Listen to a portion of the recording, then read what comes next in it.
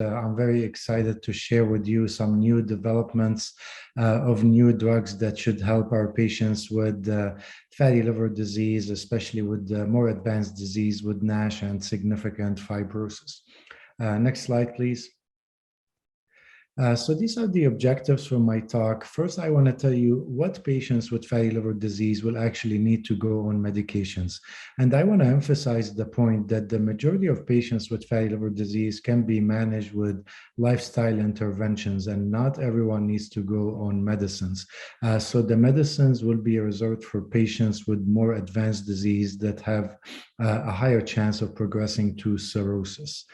I want to discuss, when we look at these new drugs, what are the efficacy endpoints? So as doctors, how do we determine if these medications are working? Because we think when they're approved, they will actually require some testing before you can get them covered by insurance. If we can go back one slide. Can we go back?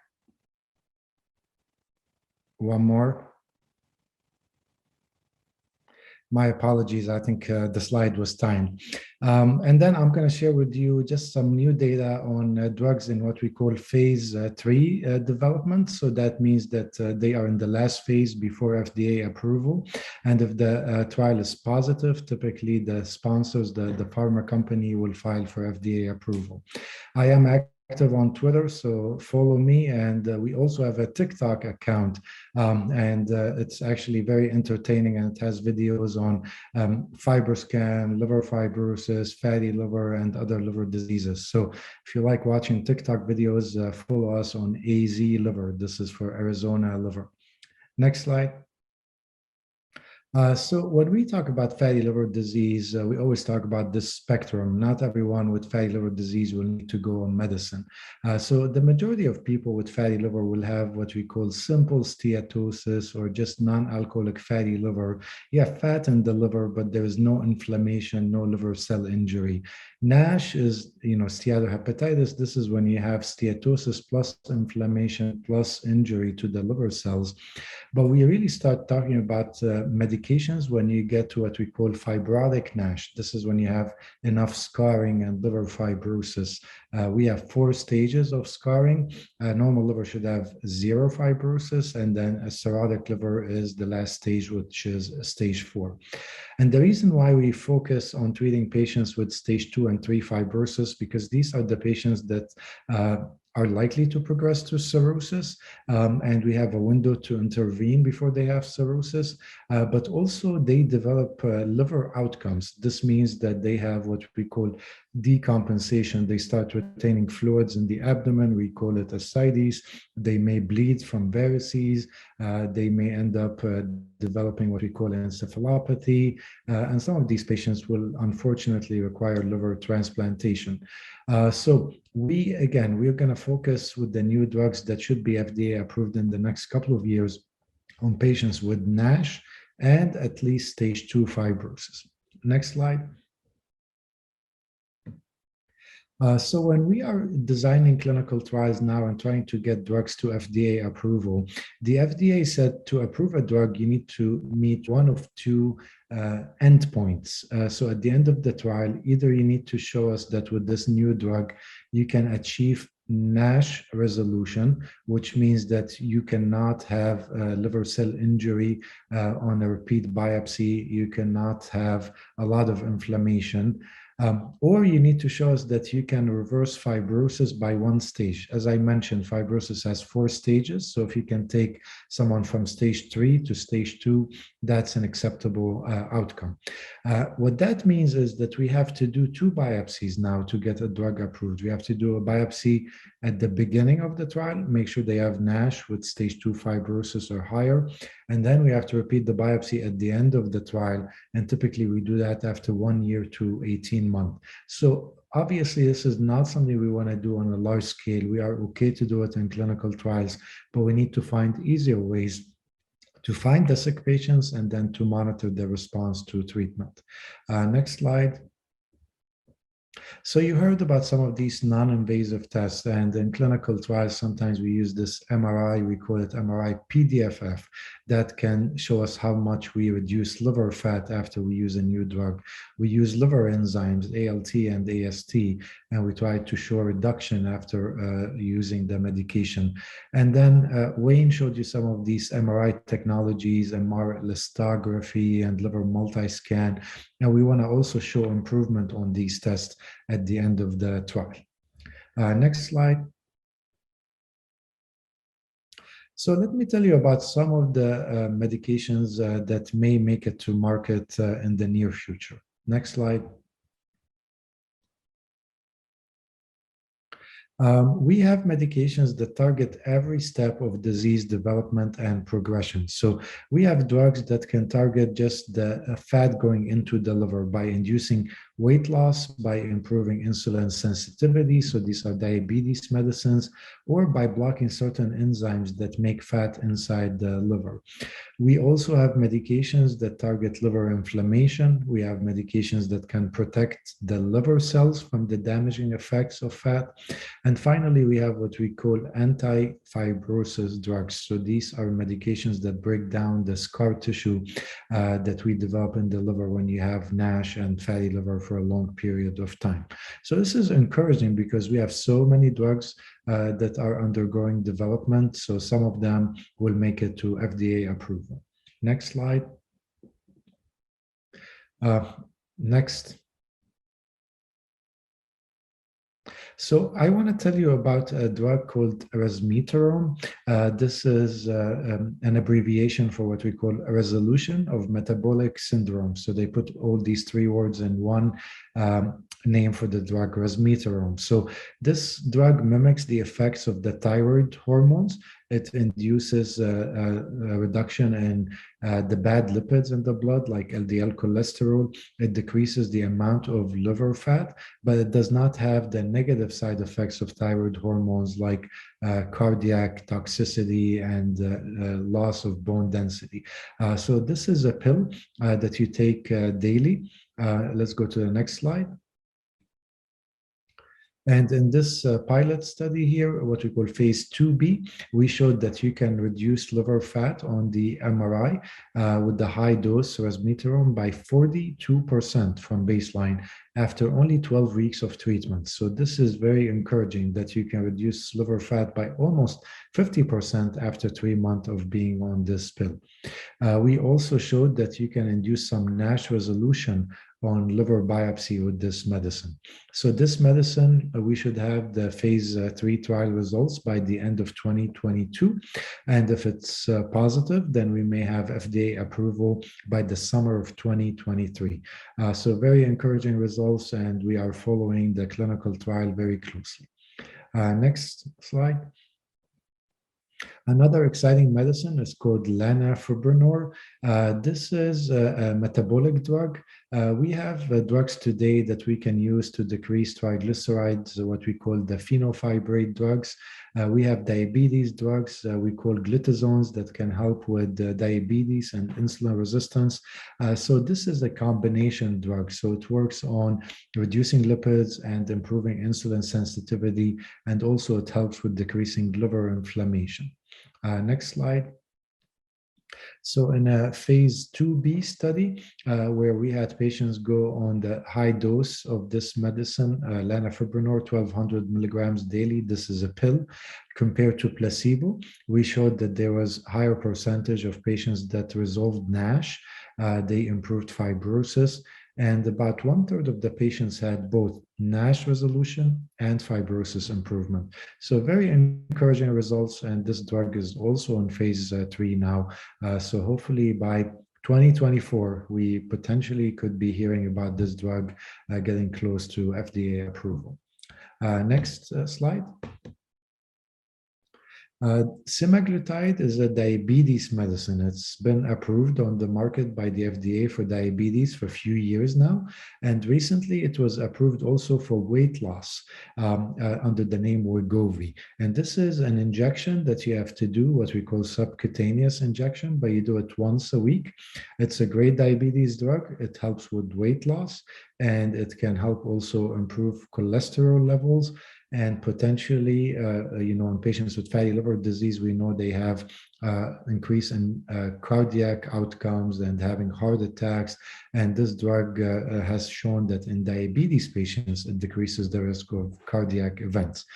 So a great drug overall, and now we are testing this in phase 3 in NASH. Next slide. And in a phase 2b study also, where we did biopsy at baseline, a biopsy after a year and a half, we showed that if you use the high dose semaglutide, you can achieve NASH resolution in close to 60% of patients. So this is a high rate of resolution of NASH, and we are excited to see if we can get this drug to FDA approval, specifically for NASH with and without diabetes. But if you do have type 2 diabetes, and you have also NASH and significant fibrosis, and you're not on semaglutide and you're struggling to get your A1C to a good level, this will be a nice addition to your diabetes regimen after you discuss with your primary care physician or endocrinologist. Next slide. Obeticholic acid is a synthetic bile acid that is being tested also for NASH. Bile acids, we know they play a role in our digestive system to help us absorb fats from our diet. But the more we learn about bile acids, we realize that they have many metabolic effects, and they can also decrease liver inflammation and potentially liver scarring and fibrosis. So again, this is a synthetic bile acid that you take as a pill. Next slide. So we had a phase 3 trial that tested obeticholic acid in 2 doses versus placebo. This was a large trial called the Regenerate study. Next slide. And in this study, they showed that with the high dose, 25 milligrams daily, we achieved a regression of fibrosis by 1 stage or more in 23% of the patients, and this was better than placebo. The placebo response rate was only 12%. So that was encouraging, and they met one of the endpoints required by the FDA. Next slide. But in the context of the trial, we noticed that this drug caused itching, pruritus, in up to 50% of patients, and it actually increased the bad cholesterol levels, LDL, and caused also cholecystitis, so gallbladder issues, and potentially in patients with cirrhosis and evidence of what we call portal hypertension, increased blood pressure inside the liver, it can cause issues with liver damage. So based on the totality of the data, the FDA decided to hold off on approving this drug. But this is something that is still being considered, so we will see what the future will hold for obeticholic acid. Next slide. Now, I showed you efficacy data for several new medications, and again, the hope that some of them will make it to FDA approval in the next 2 to 4 years or so. But the efficacy is not 100%. And fatty liver is a very heterogeneous group of diseases, if you can say that. So not everyone has the same mechanisms that lead to the disease getting worse. So that's why we think that maybe combining some of these drugs will help our patients to achieve higher rates of response. So I conducted a proof of concept study with Gilead and Novo Nordisk, 2 pharmaceutical companies, where we actually looked at the combination of potentially 3 drugs. One is semaglutide, the diabetes medicine that I mentioned. The other one is called firsocostat. This inhibits lipid accumulation inside the liver cells. And the last one is cilofexor. This is similar to obeticholic acid. It works on bile acid metabolism. So we looked at combining all 3 medications compared to just semaglutide alone. Next slide. And in this proof of concept study, what we showed is that compared to semaglutide alone, you can actually reduce liver fat more if you do combination therapy with three drugs. In fact, we showed that if you want to reduce liver fat by 50% or more, that within only 6 months of treatment, we can achieve this in 85% of patients that went on triple combination therapy. Now, of course, this is proof of concept and we're trying to optimize efficacy, but you have to take cost into consideration and the potential for more side effects when you add more and more medications. But again, we have to explore these combinations and see how we can help our sickest patients achieve the highest response rate. Next slide. Finally, I just want to conclude with a couple of slides on bariatric surgery, which is a very effective treatment for NASH.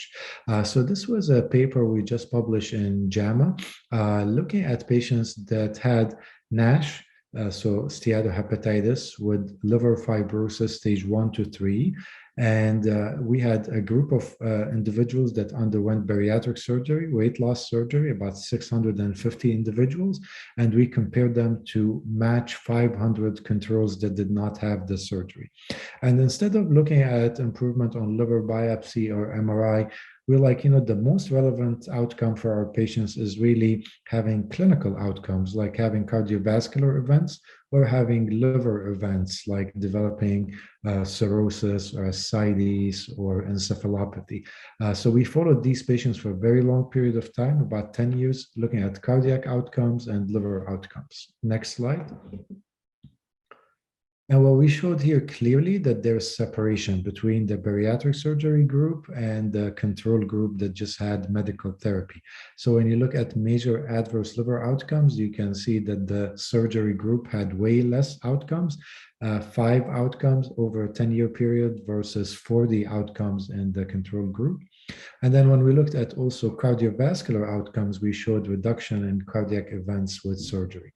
So bariatric surgery is definitely an effective treatment. I realize it's not the option for every patient, but if you are considering bariatric surgery, and this is driven partly by NASH, just know that it's a very effective treatment. Next slide.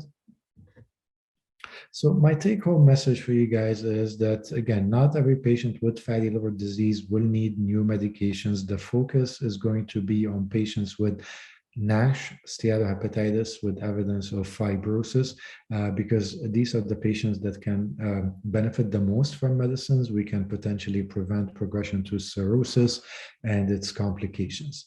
The phase 3 trials that I showed you are all based on encouraging results from phase 2 trials, and we are anticipating completion in the next couple of years, and hopefully that will lead to some FDA approvals.